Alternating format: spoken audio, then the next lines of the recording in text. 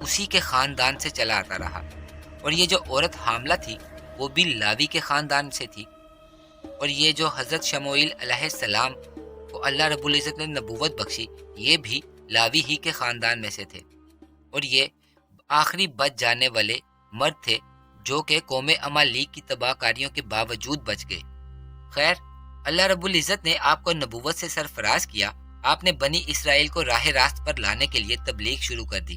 چونکہ اس وقت جالوت نامی حکمران نے بنی اسرائیل کی آبادیوں پر قبضہ کیا ہوا تھا، اسی لیے بنی اسرائیل حضرت شموئیل علیہ السلام سے درخواست کرتے کہ ان کے لیے کوئی بادشاہ مقرر کریں تاکہ اس کے ساتھ مل کر وہ اللہ کی راہ میں جہاد کریں، دشمن کا خاتمہ کریں اور اپنا کھویا ہوا مقام دوبارہ پھر سے حاصل کر لیں۔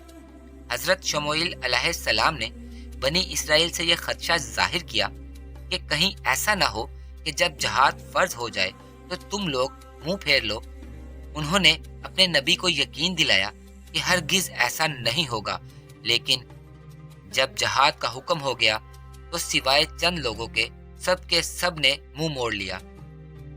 قرآن کریم میں سورہ بقرہ کی آیت نمبر 46 کے مطابق، کیا تم نے غور نہیں کیا بنی اسرائیل کے سرداروں کے معاملے میں جو انہیں موسیٰ علیہ السلام کے بعد پیش آیا، جبکہ انہوں نے اپنے نبی سے کہا کہ ہمارے لیے کوئی بادشاہ مقرر کر دیجئے تاکہ ہم اللہ کی راہ میں جنگ کریں۔ انہوں نے کہا کہ تم سے اس بات کا بھی اندیشہ ہے کہ جب تم پر جنگ فرض کر دی جائے گی تو اس وقت تم جنگ نہیں کرو گے۔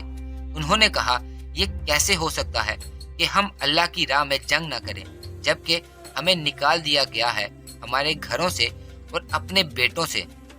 پھر جب ان پر جنگ فرض کر دی گئی تو سب کے سب پیٹ پھیر گئے سوائے ان کی ایک قلیل تعداد کے، اور اللہ ایسے ظالموں سے خوب باخبر ہے، کیونکہ بنی اسرائیل حضرت شموئیل علیہ السلام سے بارہا تقاضا کیا کرتے تھے کہ ان پر ایک بادشاہ مقرر کر دے، تو حضرت شموئیل علیہ السلام نے طالوت کو ان پر بادشاہ مقرر کر دیا۔ طالوت ایک غریب نوجوان تھے۔ روایات کے مطابق وہ حضرت یوسف علیہ السلام کے بھائی حضرت بنیامین علیہ السلام کی اولاد میں سے تھے۔ ان پر حضرت شموئیل علیہ السلام کی تبلیغ کا بہت اثر ہوا، دل میں ایمان کی شمع روشن ہو گئی۔ بنی اسرائیل کی خواہش تھی کہ ان پر بادشاہ مقرر کیا جائے، چنانچہ حضرت شموئیل علیہ السلام نے اللہ کے حکم سے طالوت کو ان کا بادشاہ مقرر کر دیا۔ ان لوگوں نے یعنی بنی اسرائیل نے طالوت پر بے انتہا اعتراض اٹھا دیا کہ وہ ایک مفلس شخص ہے اور ان کا تعلق بھی شاہی خاندان یہودا سے نہیں۔ دوستو، جیسا کہ میں نے آپ کو پہلے بتایا کہ حضرت یعقوب علیہ السلام کے جو بیٹے تھے لیوی، ان کی نسل سے نبوت کا سلسلہ جاری رہا تھا۔ اسی طرح سے حضرت یعقوب علیہ السلام کے ایک اور بیٹے جن کا نام یہودا تھا، ان کی نسل سے بادشاہت ملتی رہی لوگوں کو، یعنی کہ جو بھی بادشاہ آتے تھے بنی اسرائیل پر وہ یہودا کی نسل سے ہوتے تھے، اور جو بھی نبی آیا کرتے تھے وہ لیوی کی نسل سے آتے تھے۔ اسی لیے بنی اسرائیل نے یہاں پر یہ اعتراض اٹھا دیا کہ ان کا تعلق تو یہودا کے خاندان سے بھی نہیں ہے اور یہ ایک عام مفلس سے شخص ہیں، ہم انہیں بادشاہ کیسے تسلیم کر لیں۔ ان کے نبی نے ان کو سمجھایا کہ اللہ نے طالوت کو اقتدار کے لیے منتخب کیا ہے کیونکہ وہ تم میں سب سے زیادہ طاقتور اور علم والا ہے۔ قرآن کریم کی سورہ بقرہ کی آیت نمبر 247 کے مطابق ان کے نبی نے ان سے کہا کہ اللہ نے طالوت کو تمہارے لیے بادشاہ مقرر کیا ہے۔ یہ سن کر وہ بولے، ہم پر بادشاہ بننے کا وہ کیسے حقدار ہو گیا؟ اس کے مقابلے میں بادشاہی کے ہم زیادہ مستحق ہیں، وہ تو کوئی بڑا مالدار آدمی نہیں ہے۔ نبی نے جواب دیا، اللہ نے تمہارے مقابلے میں اسی کو منتخب کیا ہے اور اس کو دماغ و جسمانی دونوں قسم کی اہلیت فراوانی کے ساتھ عطا فرمائی ہیں، اور اللہ کو اختیار ہے کہ اپنا ملک جسے چاہے دے۔ اللہ بڑی وسعت رکھتا ہے اور سب کچھ اسی کے علم میں ہے۔ دوستو، طالوت کے متعلق وثوق سے نہیں کہا جا سکتا کہ ان کو منصب نبوت پر فائز کیا گیا تھا یا نہیں، تاہم ان کی بادشاہت کی پہلی حکمت یہ تھی کہ بنی اسرائیل کو کھویا ہوا تابوت سکینہ دوبارہ حاصل ہونے کی خوشخبری دی گئی۔ قرآن کریم کی سورہ بقرہ کی آیت نمبر 248 کے مطابق اس کے بادشاہ مقرر ہونے کی علامت یہ ہے کہ اس کے عہد میں وہ صندوق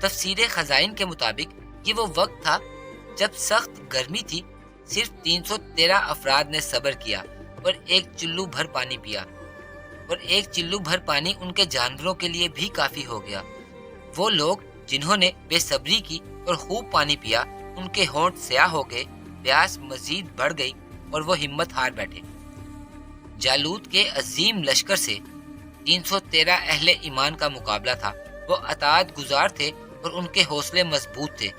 انہی لوگوں نے جہاد میں حصہ لیا جن لوگوں نے پانی نہیں پیا تھا۔ جن لوگوں نے پانی پیا تھا، نہ تو ان کی پیاس بجھتی تھی اور نہ ہی وہ جہاد کے قابل رہے تھے۔ نبی کریم حضرت محمد صلی اللہ علیہ وآلہ وسلم کے صحابہ کرام فرمایا کرتے تھے کہ غزوہ بدر میں ان کی تعداد طالوت بادشاہ کے لشکر کی طرح تھی، لیکن اللہ کے حکم سے ایک قلیل تعداد نے جہاد کیا اور دشمن پر فتح حاصل کی۔ جب لشکر طالوت نے نہر عبور کی تو کچھ لوگوں نے خدشہ ظاہر کیا کہ وہ جالوت کے لشکر کا مقابلہ نہیں کر سکتے۔ جالوت دشمن کی فوج کا سردار تھا۔ وہ ایک قوی ہیکل اور انتہائی بہادر شخص تھا۔ لشکر طالوت و جالوت آمنے سامنے آ گئے۔ اہل ایمان نے اللہ کی بارگاہ میں دعا فرمائی۔ قرآن کریم کی سورہ بقرہ کی آیت نمبر 250 کے مطابق، اور جب وہ جالوت اور اس کے لشکروں کے مقابلے پر نکلے تو انہوں نے دعا کی، اے ہمارے رب، ہم پر صبر کا فیضان کر، ہمارے قدم جما دے اور اس کافر گروہ پر ہمیں فتح نصیب کر۔ میدان جنگ میں جب یہ لشکر آمنے سامنے تھے تو جالوت انتہائی گرجدار آواز میں للکارا۔ آواز اتنی روبدار تھی کہ میدان میں گونج پیدا ہو گئی، کوئی بھی مد مقابل نہیں آیا۔ یہ دیکھ کر حضرت داؤد علیہ السلام نے بادشاہ طالوت سے اجازت طلب کی اور میدان میں آ گئے۔ آپ علیہ السلام کے ہاتھ میں نہ تلوار تھی نہ برچی، ایک ہاتھ میں بکریوں کو سنبھالنے والی لاٹھی تھی اور دوسرے ہاتھ میں فلاخن، اور کندھے پر سنگریزوں سے بھرا ہوا ایک تھیلا تھا۔ نو عمر نوجوان کو دیکھ کر جالوت نے تکبر سے کہکہا لگایا اور خوب مذاق اڑایا۔ حضرت داؤد علیہ السلام نے اپنے تھیلے میں سے ایک پتھر نکالا اور فلاخن میں رکھ کر پوری قوت سے جالوت کی طرف پھینک دیا۔ فلاخن میں سے نکلا ہوا پتھر سیدھا نشانے پر لگا اور ماتھے کی ہڈی کو توڑتا ہوا کھوپڑی میں گھس گیا۔ تکبر و نخوت کا یہ پتلا ایک بھی وار نہ سہ سکا اور منہ کے بل زمین پر آ گرا۔ حضرت داؤد علیہ السلام تیزی سے آگے بڑھے اور اسی کی تلوار سے اس کا سر قلم کر دیا۔ دشمن کی فوج نے اپنے سردار کا کٹا ہوا سر دیکھا تو ان کے حوصلے ٹوٹ گئے۔ بنی اسرائیل کی فوج نے حواس باختہ دشمن پر حملہ کر دیا۔ گھمسان کی جنگ ہوئی اور اللہ کے حکم سے بنی اسرائیل کو فتح حاصل ہوئی۔